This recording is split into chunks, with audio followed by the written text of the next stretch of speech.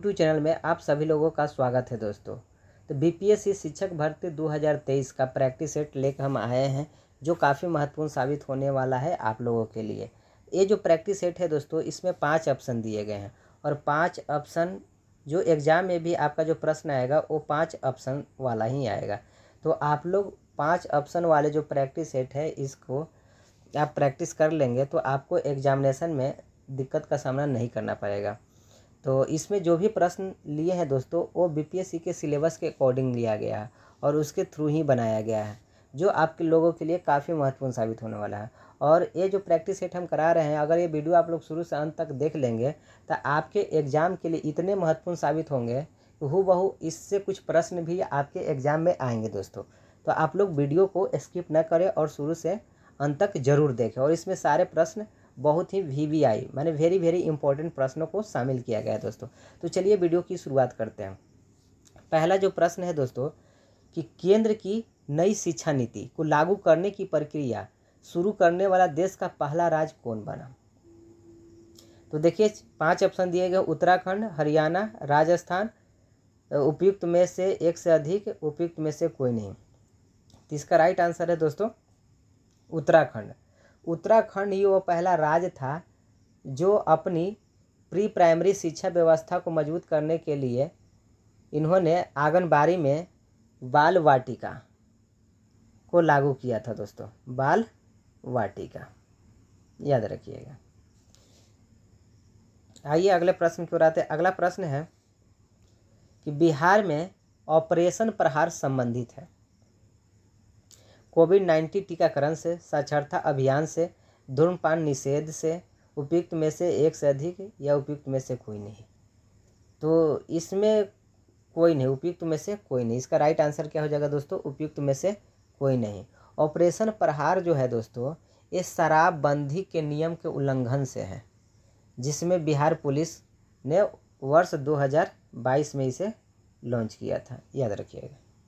चलिए अगले प्रश्न की ओर आते हैं। अगला जो प्रश्न है दोस्तों कि निम्नलिखित में से कौन सा संगठन भारत में सकल घरेलू उत्पाद की गणना करता है।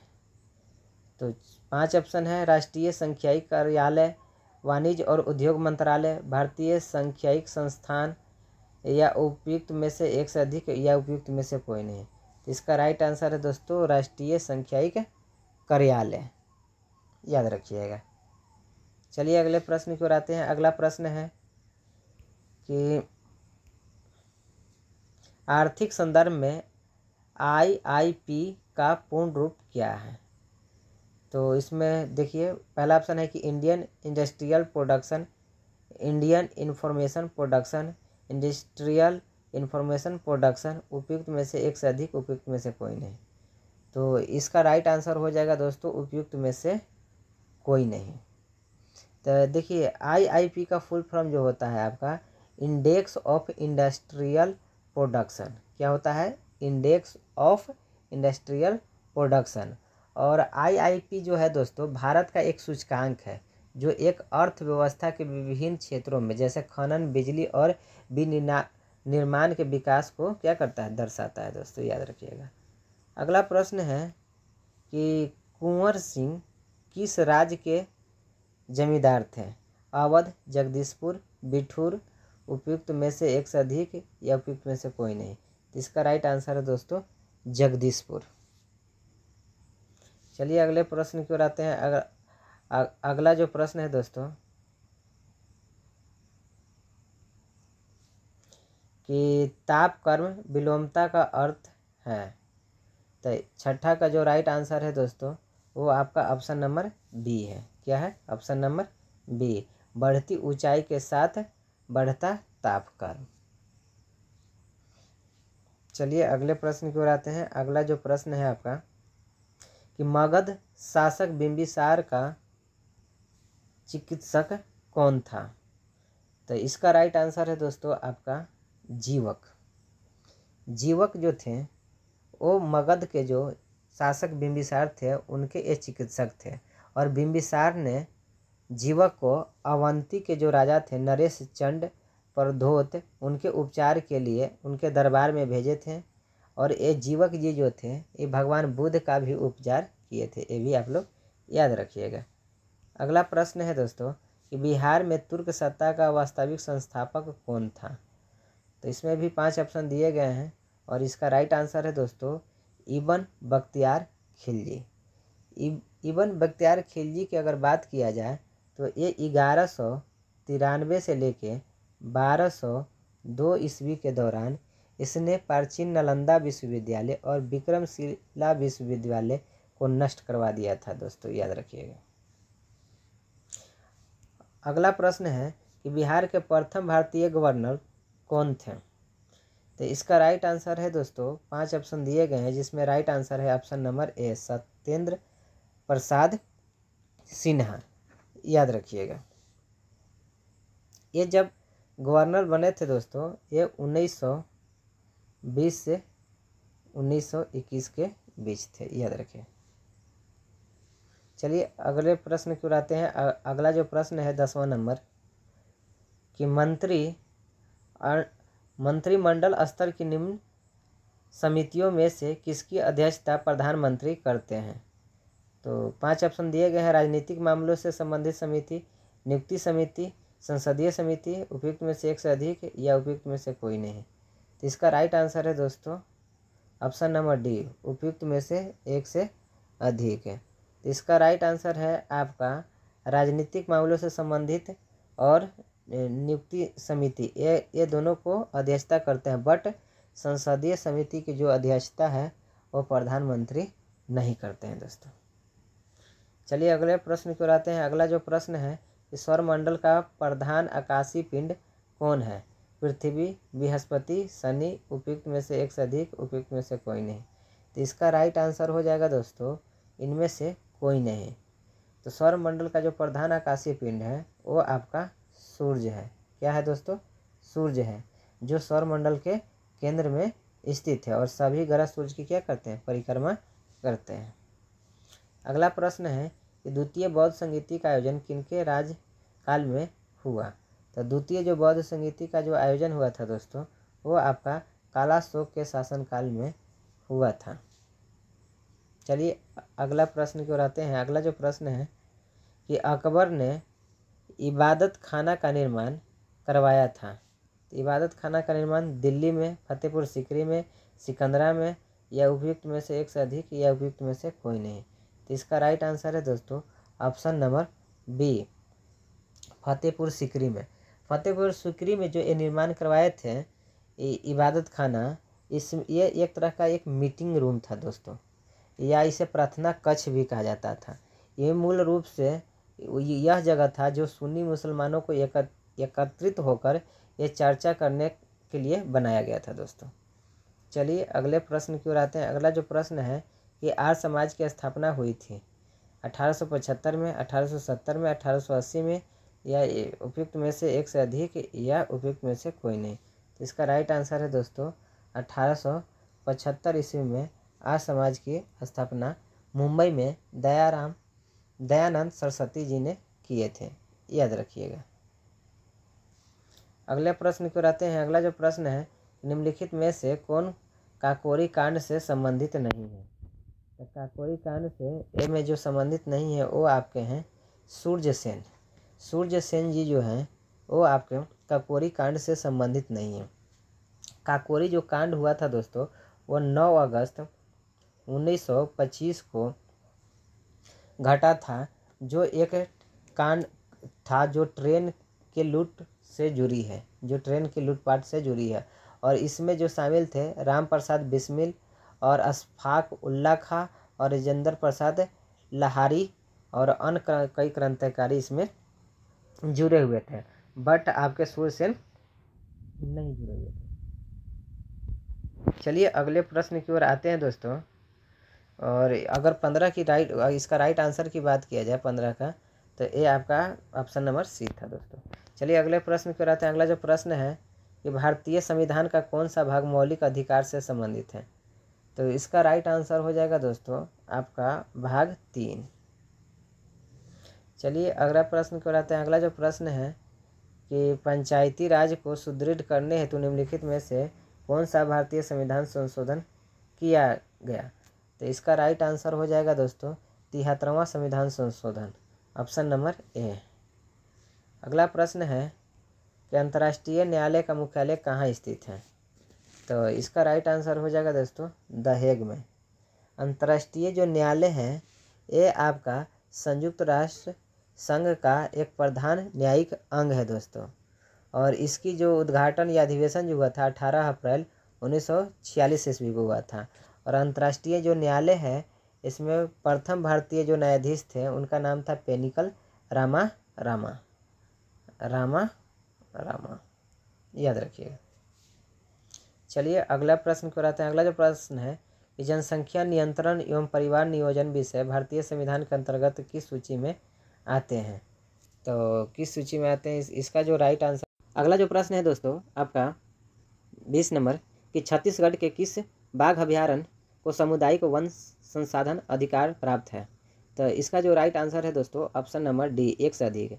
तो इसमें 2 बाघ अभयारण्य है आपका, अचानक कमार बाघ अभयारण्य और उदंती सीता नदी बाघ अभयारण्य, ये दोनों आपके सही आंसर हो जाएगा। बात करते हैं ये जो आपका बाघ अभयारण्य जो होता है इस तरह के सामुदायिक वन संसाधन क्षेत्र या समान वन भूमि होते हैं जिन्हें किसी विशेष समुदाय द्वारा अस्थायी उपयोग हेतु पारंपरिक रूप से आरक्षित और संरक्षित किया जाता है दोस्तों। चलिए अगले प्रश्न की ओर आते हैं। अगला जो प्रश्न है कि केरवा किस प्रकार की खेती के लिए प्रसिद्ध है? तो इसका राइट आंसर है दोस्तों केसर। केसर की जो खेती होती है वो जम्मू कश्मीर में होती है दोस्तों, और जम्मू कश्मीर में यह हिमनद या चिकनी मिट्टी या दूसरे पदार्थों के हिमोड या मोटी परत रूप में ये पाई जाती है दोस्तों, याद रखिएगा। चलिए अगले प्रश्न की ओर आते हैं। अगला जो प्रश्न है कि निम्नलिखित सेलों में से कौन सी औषधि सेल का उदाहरण है? तो इसका राइट आंसर हो जाएगा दोस्तों आपका ऑप्शन नंबर ए, सेल। औषधि सेलों का निर्माण 3 चरणों में होता है दोस्तों। पहला तो सेलों का विखंडन, दूसरा है टुकड़ों का परिवहन और निक्षेपण, और तीसरा है शिलीभवन या लिथिफिकेशन, याद रखिएगा। अगला प्रश्न है कि पूछल तारे की पूंछ की दिशा सदैव होती है। तो पूछल तारे की जो पूंछ की जो दिशा होती है दोस्तों वह सदैव सूर्य से दूर होती है। तो ऑप्शन नंबर बी आपका राइट आंसर हो जाएगा दोस्तों। और पूछल तारा की अगर बात किया जाए तो ये सौरमंडलीय निकाय है जो पत्थर, धूल, बर्फ और गैस के बने हुए छोटे छोटे खंड होते हैं, और यह ग्रहों के समान सूर्य की क्या करते हैं, परिक्रमा करते हैं। अगला प्रश्न है कि निम्नलिखित में से कौन भ्रंश से संबंधित है? तो भ्रंश से संबंधित जो है दोस्तों इसका राइट आंसर हो जाएगा मानेन। अगला प्रश्न है कि निम्नलिखित में से कौन उष्णकटिबंधीय मरुस्थल नहीं है? तो आपका इसका राइट आंसर हो जाएगा दोस्तों ऑप्शन नंबर ए, गोबी जो है उष्णकटिबंधीय मरुस्थल नहीं है, क्योंकि उष्णकटिबंधीय मरुस्थल 5 से 30 डिग्री अक्षांश के बीच के क्षेत्र में स्थित होते हैं, और गोबी दुनिया के ठंडे रेगिस्तानों में से एक है। गोबी क्या है, यहाँ ठंडे रेगिस्तानों में से एक है जहाँ का जो तापमान है 0 से 40 डिग्री के नीचे चला जाता है दोस्तों। तो इस तरह से कह सकते हैं 0 से -40 डिग्री के बीच रहता है। और गोबी एक मंगोलियन शब्द है, जिसका गोबी जो है एक मंगोलियन शब्द है और जिसका अर्थ क्या होता है, जल रहित स्थान, जल रहित स्थान दोस्तों, याद रखिएगा। अगला प्रश्न है कि मेरी लाइफ ऐप निम्नलिखित में से किस मंत्रालय द्वारा लॉन्च किया गया है? तो इसका राइट आंसर है दोस्तों ऑप्शन नंबर ए, पर्यावरण एवं वन एवं जलवायु परिवर्तन मंत्रालय के द्वारा। चलिए अगले प्रश्न की ओर आते हैं। और अगला जो मेरा प्रश्न है 27 नंबर कि भारत में प्रथम कोयला खान कहाँ खोदी गई? तो इसका राइट आंसर है दोस्तों option number B, Raniganj. Bharat में जो प्रथम जो कोयला का खान जो मिला था वो दामोदर नदी के जो तट पर रानीगंज जो पश्चिम बंगाल में थी दोस्तों, वहीं पर एक खोदी गई थी। और ये जो रानीगंज था 1774 ईस्वी में वाणिज्यिक स्तर पर कोयला खनन प्रारंभ किया गया था। अगला प्रश्न है कि भारत की जनगणना 2011 के अनुसार सबसे अधिक अनुसूचित जनजाति कौन सी है? तो 28 का इसका राइट आंसर हो जाएगा दोस्तों option number C, Bhil. Bharat में जब 2011 की जनगणना हुई थी तो उसमें सबसे अधिक अनुसूचित जो जाति एसटी कास्ट के जो लोग मिले थे वो भील, उसके बाद जो मिले थे दोस्तों वो थे गोंड, याद रखिएगा। भील का पहला स्थान आता है, दूसरा गोंड। अगला प्रश्न है कि यू आकार की घाटी का निर्माण होता है। तो यू आकार की जो घाटी का निर्माण होता है दोस्तों न पवन के द्वारा होता है, न नदी के द्वारा होता है, न सागरीय तरंगों द्वारा होता है। तो इसमें हो जाएगा इसका राइट आंसर ई, इनमें से कोई नहीं। और अगर बात किया जाए यू आकार की जो घाटी होता है उसका जो निर्माण होता है हिम नदों के द्वारा होता है। हिम नद जो होते हैं, हिम नदी जो होते हैं उनके द्वारा होता है दोस्तों, याद रखिएगा। अगला प्रश्न है कि निम्नलिखित में से कौन सा जीव ग्रीष्म निष्क्रियता नहीं दर्शाता है। तो बात करते हैं ग्रीष्म निष्क्रियता जो होता है वो कौन कौन से जीव में होते हैं। तो गर्म अवधि में निष्क्रिय अवस्था में बिताने वाले प्राणी ग्रीष्म निष्क्रियता वाले प्राणी कहलाते हैं। और इसमें जो मरुस्थलीय जैसे कछुआ हो गया, मगरमच्छ हो गया, सैलामेंडर हो गया, गिरगिट हो गया, हेजहॉग हो गया, घिंगा हो गया जैसे प्राणी आते हैं। और शीतकाल में जो बिताने वाले प्राणी होते हैं उसे निष्क्रियता वाले प्राणी कहा जाता है। तो निष्क्रियता वाला नहीं दर्शाते हैं दोस्तों। तो इसमें क्या हो जाते हैं, चमगादड़ आ जाते हैं, आपके कंगारू आ जाते हैं और रोंगेट आ जाते हैं। तो इसलिए आपका ये रोंगेट भी हो जाएगा, कंगारू भी हो जाएगा और चमगादड़ भी हो जाएगा, क्योंकि ये जीव ग्रीष्म निष्क्रियता नहीं दर्शाते हैं, क्योंकि ये शीतकाल में रहने वाले हैं। तो इसलिए ऑप्शन आपका डी सही हो जाएगा। उपयुक्त में से एक से अधिक आंसर सही है। चलिए अगले प्रश्न की ओर आते हैं। अगला जो प्रश्न है दोस्तों कि राजपूत पेंटिंग के लेखक कौन है। तो इसके राइट आंसर हो जाएंगे इनमें से कोई नहीं। राजपूत लेखक के जो लेखक हैं उनका नाम है आनंद के कुमार स्वामी। आनंद के कुमार स्वामी, याद रखिएगा दोस्तों। चलिए अगले प्रश्न को आते हैं। अगला जो प्रश्न है कि लोक कला का संबंध है। तो लोक कला का संबंध इनमें से कोई नहीं है, ना आधुनिक कला से, ना चित्रकला से है, ना ऐतिहासिक कला से है। तो लोक कला का जो संबंध है दोस्तों वो क्षेत्रीय कला से है। किससे है, क्षेत्रीय कला से, याद रखिएगा। चलिए अगला प्रश्न को आते हैं। अगला जो प्रश्न है कि वांशिक गठन घोषणा का संबंध निम्नलिखित में से किस देश से है। तो 33 का राइट आंसर है दक्षिण कोरिया। दक्षिण कोरिया और अमेरिका द्वारा हस्ताक्षरित वांशिक गठन घोषणा का उद्देश्य उत्तर कोरिया के क्षेत्रीय आक्रामकता के खिलाफ दोनों देशों के बीच रणनीतिक समझदारी को मजबूत करने के लिए किया गया है दोस्तों, याद रखिएगा। आइए अगले प्रश्न को आते हैं। अगला जो प्रश्न है दोस्तों कि एप्पन का संबंध किस राज्य से है। तो एप्पन का जो संबंध है दोस्तों वो आपका उत्तराखंड से है, याद रखिएगा। अगला प्रश्न है 35 नंबर कि हिंदुस्तानी संगीत के श्रुतियों में कुल कितनी संख्या मानी गई है। तो ये आपका हो जाएगा दोस्तों, इसका राइट आंसर हो जाएगा ऑप्शन नंबर ए। ना आपका 12 है, ना 13 है, ना 9 है, इनमें से कोई नहीं है। तो हिंदुस्तानी संगीत में श्रुतियों की कुल संख्या 22 मानी गई है, याद रखिएगा दोस्तों। अगला प्रश्न है कि खेल दिवस कब मनाया जाता है।